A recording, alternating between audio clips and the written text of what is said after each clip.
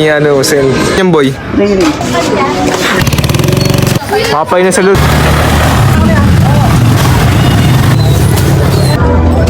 Sports lang.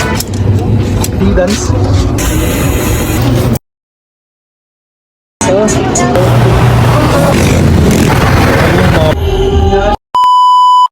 What's up sa inyo mga guys? For today's video, samahan nyo nga pala kami mag-ukay-ukay. Niyaya nga pala tayo ng tropa natin si B-Boy. Sakto naman wala naman tayong gupit niya kaya tayo sumama niyan. Nakita ko pa nga pala dyan si Axel. Baka may sira kayong electric fan dyan. PM nyo lang si Axel. Si Axel na bahala dyan. Pagbaba ko nga pala kala B-Boy, nabutan ko si Igroy. Naghahakot na. At kasama nga pala namin yung aso nila B-Boy dyan na si Riri. Ayun o, bilis o, nauna na sa taas. Haliki, dito ka lang boy. Yan. Video mo. Ako.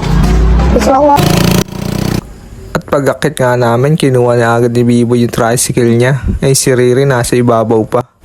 Sinalpak na rin pala ni B-Boy yung mga unan dyan. At kasama nga pala namin yung si Nuno at saka si John Ray. Tapos nga namin maayos, sumibat na rin kami. Ayun si John Ray at si Nuno, nakamotor lang. Una pala muna namin gagawin, di-deliver yung mga unan. Tsaka kami didiretso ng ukay. Ayun si Riri, kasama nga pala sa loob ng tricycle yan. Bali sa Pasita nga kami dumaan para mabilis-bilis yung daanan. At maya-maya lang nakarating na rin pala kami ng Landayan. Nakarating na rin pala kami sa pinagdeliveran ng unan.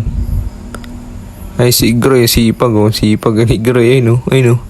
Sipag porket may camera. At yun, na-deliver na pala namin dun sa loob yan. Pinasok na rin namin. Pagtapos, rekta-rekta sa loob ng ukayan. Sobrang dami nga pala ng ukay dito sa Landayan. Sobrang nakakahilo.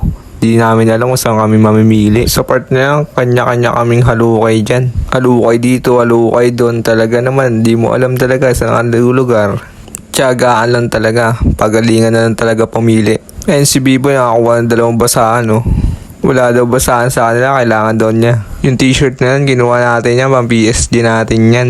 May mga short nga pala dyan. At yung mga kasama natin, tamang hanap lang. May nakita nga palang hoodie si John Ray dyan, David yung tatak. At kulay gray na hoodie, ginawa natin yan, pang PSG.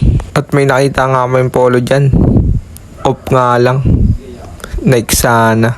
Marami pang polo dyan, mga RL at kung ano-ano pa. May mga toong din. Pambabae, panlalaki, halo-halo. Yan, paikot-ikot na kami yan. Nakakahilo na. May nakita akong nagtitiktok na ate. Ay, nung galing sumayaw. Next spot naman dyan, sa labas naman na yan. Mga kasama natin, tamang pili na naman dyan. Nagawin ka noob! Tumingin rin pala tayo ng mga pants dyan. Pagtapos namin dun, kaya na rin pala umuwi. Yun nga pala yung mga nakuha namin. Pauwi na rin sana kami niyan. Kaso biglang nagyaya si B-Boy namang inasal. Ayun si Riri, chillin lang. B-Boy ayun, nagyaya namang inasal. So, makatapos 3 shots tayo. At dahil mabait kami, hindi nga pala kami nag-creases dyan. Sa part 10, namimili na pala kami ng orderin namin dyan. Namang inasal dyan. Si B-Boy oh, gwapo. Ginutom ang mga guys, talaga naman mukbang yan. At yun si B-Boy nagre-reklamo ba't daw walang daring sa kanya. Uy, wala ka sabungan. Ayun, mukha na naman nyo. Sa part na yan, pa-mood trip na rin talaga kami dyan. Pagtapos namin po-mood trip, kumain muna pala kami ng halo-halo. Libre nga pala kami ni John Ray dyan.